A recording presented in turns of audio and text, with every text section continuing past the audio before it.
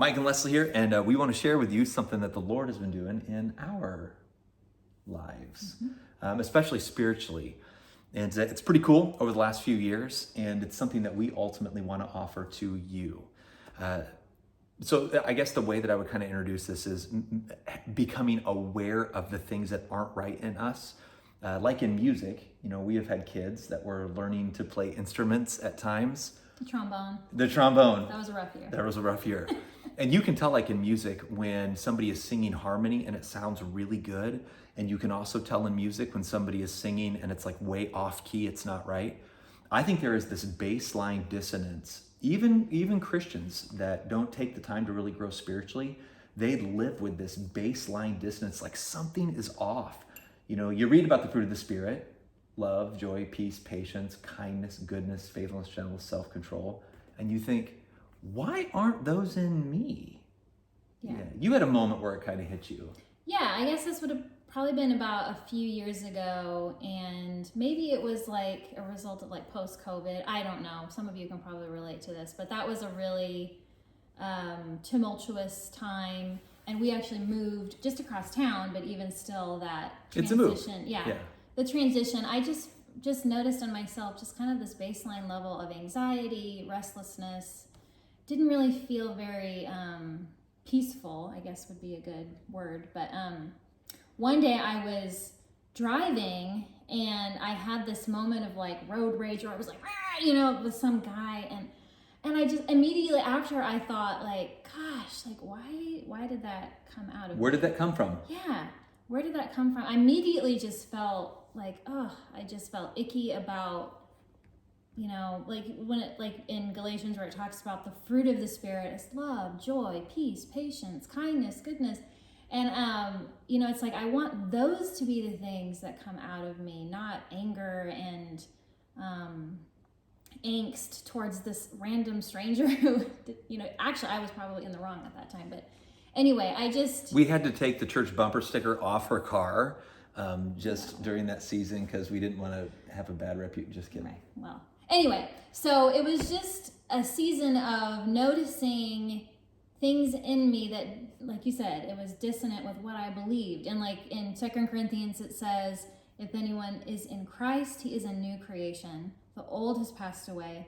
Behold, the new has come. So I'm thinking like, well, where is this new creation? Why am I still doing the things and behaving in a way that I don't want to? Even having the feelings. Yeah. It's like, why do I keep feeling this? And it's not even so much things like, so it might be like anger, this baseline anger, baseline frustration. There's dissonance with the fruit of the Spirit and you know it in your heart.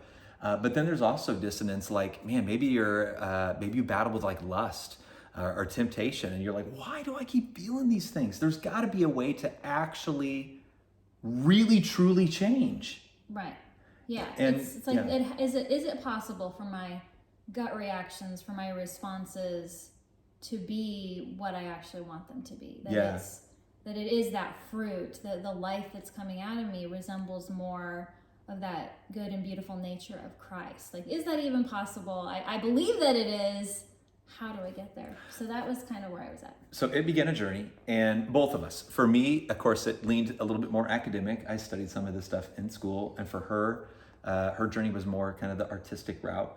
But we together started exploring like kind of some ancient monastic practices. How did saints all through history, what were their practices that they did to transform? Yeah. Or maybe putting it, I like to call them spiritual rhythms. That's a better way to do it. So, and actually that's there's definitely this a better way to say it. Book, Sacred Rhythms, that I read that I really liked and just really spoke to where I was at that time. Yeah, and so what I would say is if you see this video and you live a long ways away from Trinity Church, we just encourage you to get the book Sacred Rhythms. Check it out. I like some of the more, I'm trying to get it in focus here. I like by Ruth Haley Barton. Yeah, there's some way great more history books that I found really intriguing, but she's right. This is the most easily accessible way to begin to think about this. But here's the thing, if you live close to Trinity or you're a part of our Trinity family, we're going to do something really cool at the church. what's coming up. Yeah, so it's just called Discover Spiritual Rhythms. It's a 4-week class, and it's actually a video-based study off of this book. And yeah, we're just going to be talking about how to implement some of these spiritual rhythms in your life. And yeah, so, and one thing that she says, or what she talks about that I think is really important, is that we don't make transformation happen. You know, Jesus is the one that transforms us, his spirit and his life within us.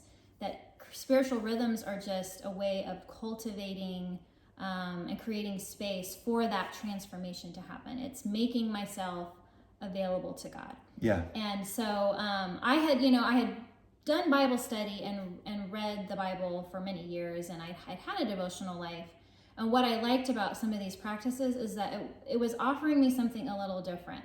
And I think that sometimes, especially if you've been a Christian for many decades, it can be helpful to have something new to explore. And I believe that the discovery of God and what he invites us to is a lifelong journey. And so sometimes it can be really neat to explore some different methods and practices. The difference, to difference grow I our would, relationship with God. that's good. The difference I would say is it's like you want to get in shape, you want to lift weights and get in shape, right? If you want to get in shape, it's one thing to get online and watch videos and read books about working out and eating healthy. It's another thing to actually start working out and actually eat healthy, and then you actually begin to feel better and lose weight and get in shape. Spiritual practices, it's not just mere information. You're basically sitting down with a personal trainer and you're going to begin to practice these rhythms that can be conducive for real change to happen. I don't make my body, lose weight or grow muscle. I just lean into the rhythms in which that can happen. God is the one who does all the changing in us. And so we just lean into the rhythms that help make that happen. So if they live in the area, if you don't live in the area, get the book. You can check it out. If you do live in the area, how do they get connected with this?